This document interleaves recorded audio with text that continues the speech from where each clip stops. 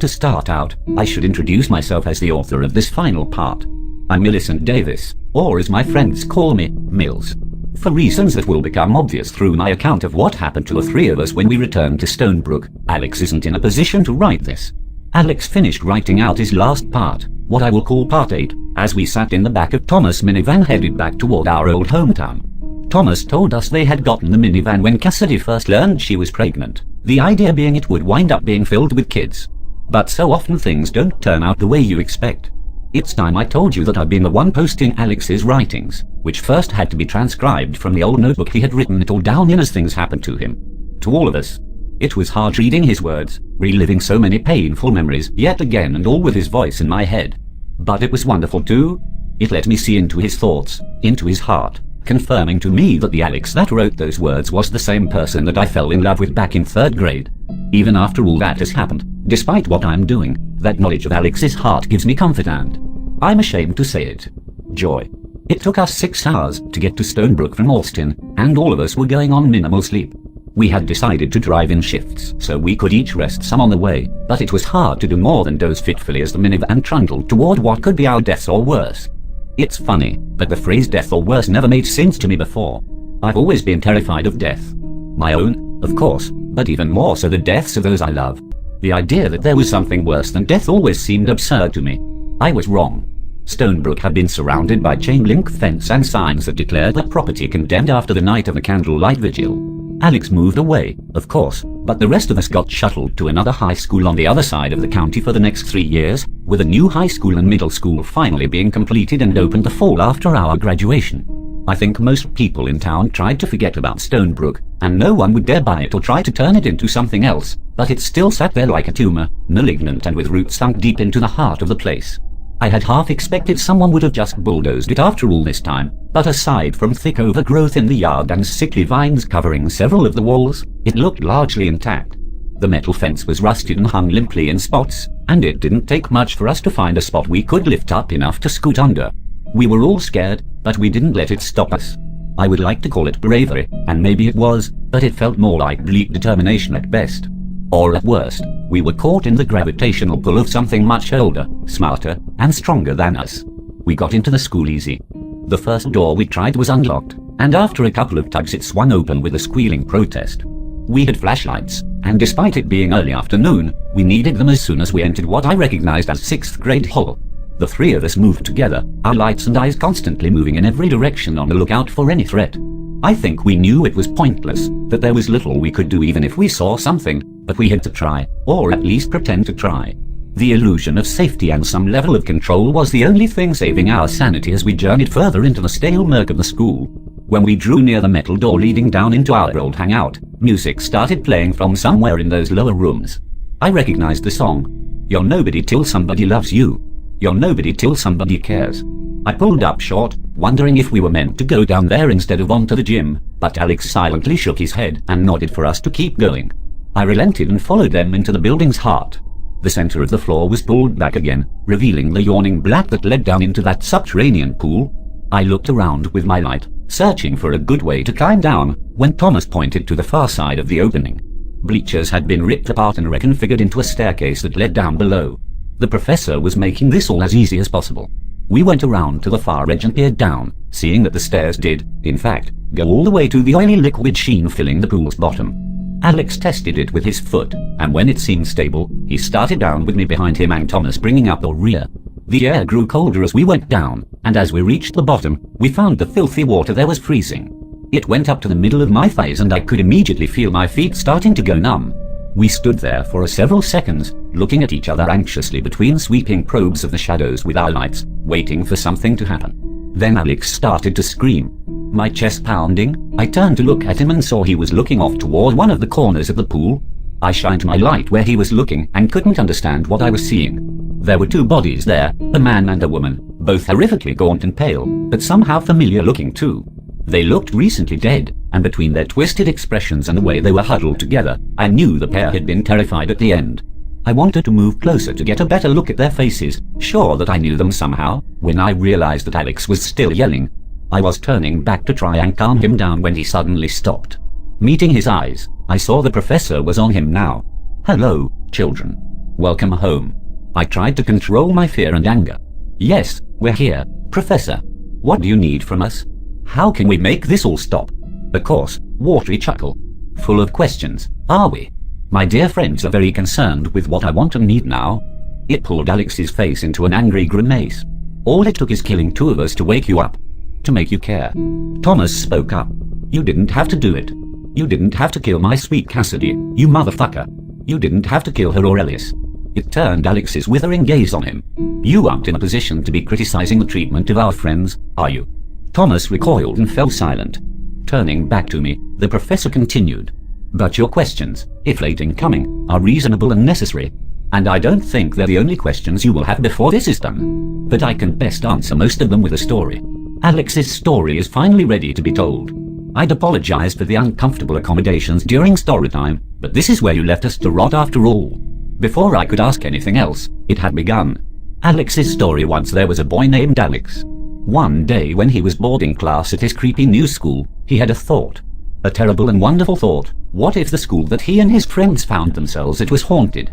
He shared this thought with his friends, and this led to stories and adventures with their new friend, the professor. As you already know, the professor was able to come from a realm of unbeing through your words and thoughts and belief. That place was called the Void, and it had no interest in returning there. It was an empty, lonely place, and it was now in a place with good friends and so many things to see and do. For a long time, everything was wonderful, and the professor grew stronger. But the professor was very smart, and it knew these good times might not last forever.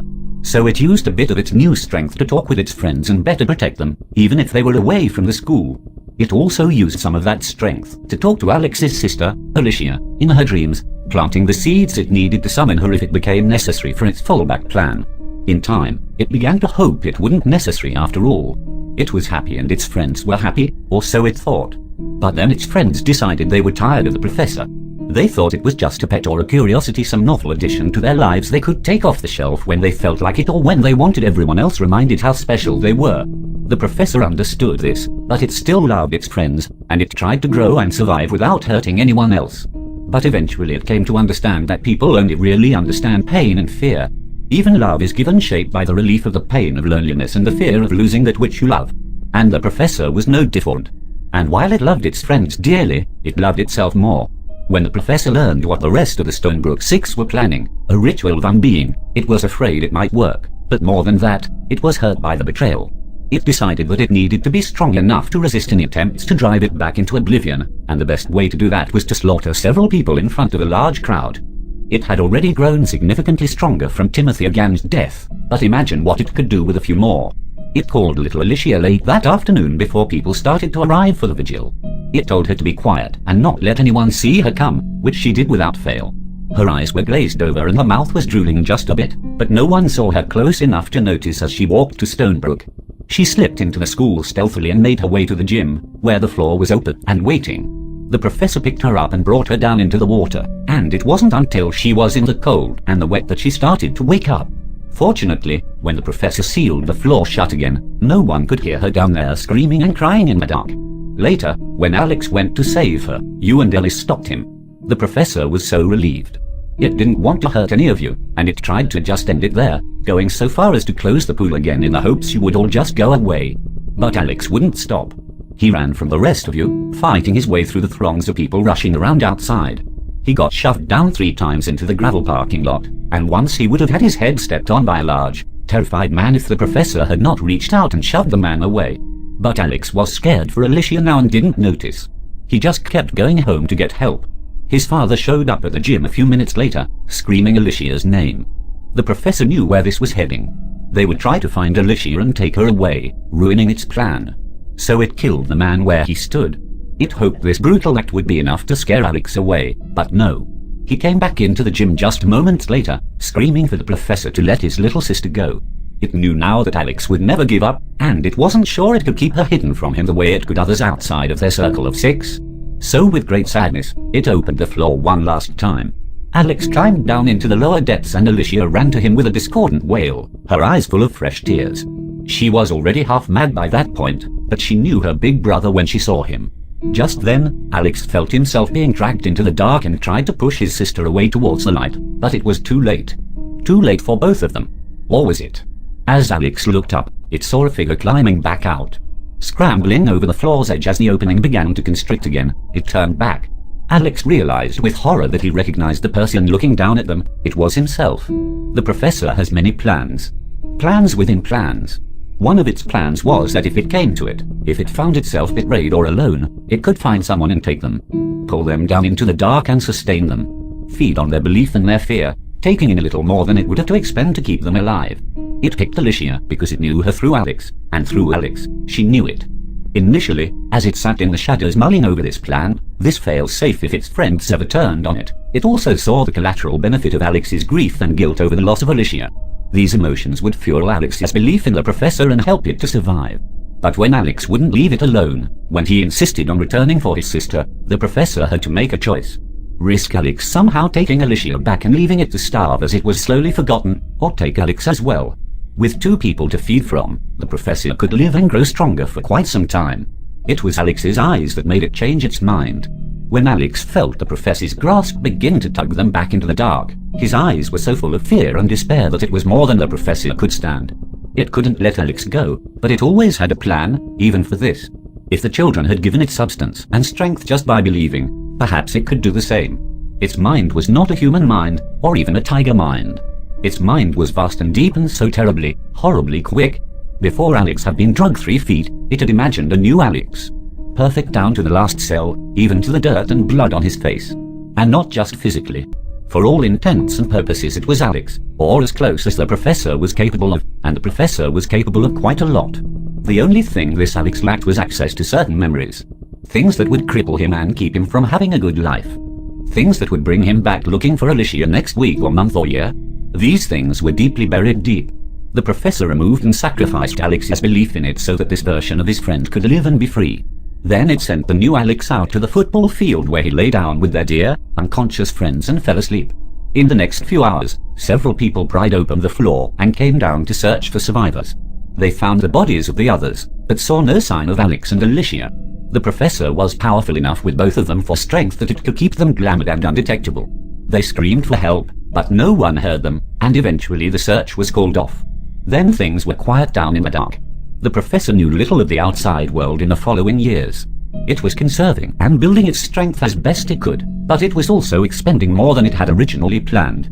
For it was not just keeping Alicia and the original Alex alive in the pool now. It was having to continue to believe in the new Alex too. The Alex that crawled out of the pool at night was being seen and talked to, and every day he grew stronger because of the shared belief of the world around him that he existed and was real. And he was Alex in every way that mattered. But he was still unique in a way that made him vulnerable.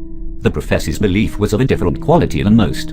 It was not from this place, and its beliefs, while powerful and potentially permanent, required regular attention to stay alive. And it wanted the new Alex to stay alive. It wanted him to have a long and happy life. So it sacrificed some of the power it was collecting to make sure that happened. But then something unforeseen happened. The professor is not perfect or infallible, and it made a mistake. It recognized too late a sickness in Alicia and its Alex. A simple staph infection, but one that obliterated their bodies faster than it could heal them. It could have repaired the damage if it had pulled away its support of the other Alex, of course, but it couldn't bear to do that. So it watched them finally die instead. For a time, it resigned itself to starving to death in the darkness. It still had those that remembered it, that feared it somewhat, but that was old and abstract terror paid over by years of new memories and repression. Not enough to sustain it for long. The problem was, it got scared. When it saw itself approaching the end, saw the void opening up to reclaim it, it knew it couldn't just let go. It wanted to survive too much. So with the last of its power, it killed Cassidy. Within a few hours it felt far stronger. After Ellis, it was stronger still. And as Alex, your Alex, came to remember me, I felt more like myself again. But I need your help. Enough of this, Thomas bellowed, reaching into his waistband and pulling out his gun. The last time I had seen it was when Alex had taken it from him while the professor was using Thomas back at my house. He had gotten it back before we left apparently, and was now pointing it at me. Mills, this is all lies. Don't you see this? It's self-serving bullshit. It's all a part of its plan. I was so broken at that point, I didn't care much if he did shoot me. I didn't want to believe what the professor was saying, but as it talked, I had looked closer at the two huddled corpses. I knew why they were familiar. They were versions of what Alicia and Alex might look like after years of insanity and darkness. I couldn't breathe, I couldn't think, I just wanted everything to stop for a minute. Just stop. But it wouldn't stop. And the professor was talking again. Yes, this was Thomas' new idea since you left your house. Kill the two of you here and then himself. The idea being that if and when someone finds you, they'll blame him, not the professor, and I'll fade on away. Isn't that right, Tom? I turned back to Thomas and saw that he was frozen, his eyes bulging. The professor released his head enough for him to speak, and he gasped out, "It's the only way. We all have to die to stop it. We can't let it out." I looked at Thomas for several seconds, weighing the truth and merit of his words. He might be right. It might be the only way to stop the professor, and didn't we owe it to the world to not let it out? But then I looked back at Alex. Maybe not the original Alex, but the only Alex I had left. I might be willing to die, but was I willing to let him die too? And the professor had always been true to its word with us, really. We were the ones trying to hurt it, not the other way around. Thoughts of Cassidy and Ellis pushed their way up and I ignored them. It had explained that, and would we do any different to protect ourselves? To protect the ones we loved the most? Thomas, I'm sorry. I was crying when I said it, but my voice was steady. Turning to Alex, I told the professor my choice. Thomas has to die. A moment later there was a fine red mist floating in the air where Thomas had been. I let out an involuntary scream and started shaking. Then I felt Alex's arms around me. It took me only a moment to realize the professor still had him. I'm sorry for that, Mills. But that part of it is over now. You and Alex will be safe from now on. I just need you to do one last thing for me. When it began to whisper its plan to me, all I could do was laugh. Alex slept all the way back, and I could tell when I woke him that he doesn't remember anything of what happened while the professor was sitting on him. That's for the best. I'll tell him in time, over the next few days, even the parts about where he came from. I can't have secrets between us again, and I won't risk him learning about it through these posts or some other means. I'll tell him everything, once it's too late for him to stop me. The main things I need him to understand are that he is safe now and how much I love him. Because I do. There's a part of me that says I'm being selfish or delusional, but it's a small part that gets smaller every time I look at him. Like the professor, I'm doing what's necessary for us to survive. And what it asked in return for our safety and happiness wasn't so bad in the end. Alex had done most of the work already. It just told me to find a place where we could tell this story. The story of the Stonebrook Six. The story of how the professor came to be. So after I finish writing this final part, I'll start posting each portion, one at a time. I'll post, then wait. Post, then wait. And those of you that read those first parts will hopefully come back for more. Come back to hear more about the professor. Come back to believe a little more. By the time you've made it this far, it'll be too late. And you say to yourself, well, that's just silly. It's just a story to you. That's what I told the professor when it first told me its plan too. But it just laughed its dead crow laugh and said, we're all just stories to each other, Mills. And the head doesn't tell the heart what to believe. Just tell people about me and I think I'll do just fine. The more I've thought about it, the more I think it might be right. So congratulations. And I'm sorry. You now have a tiger for a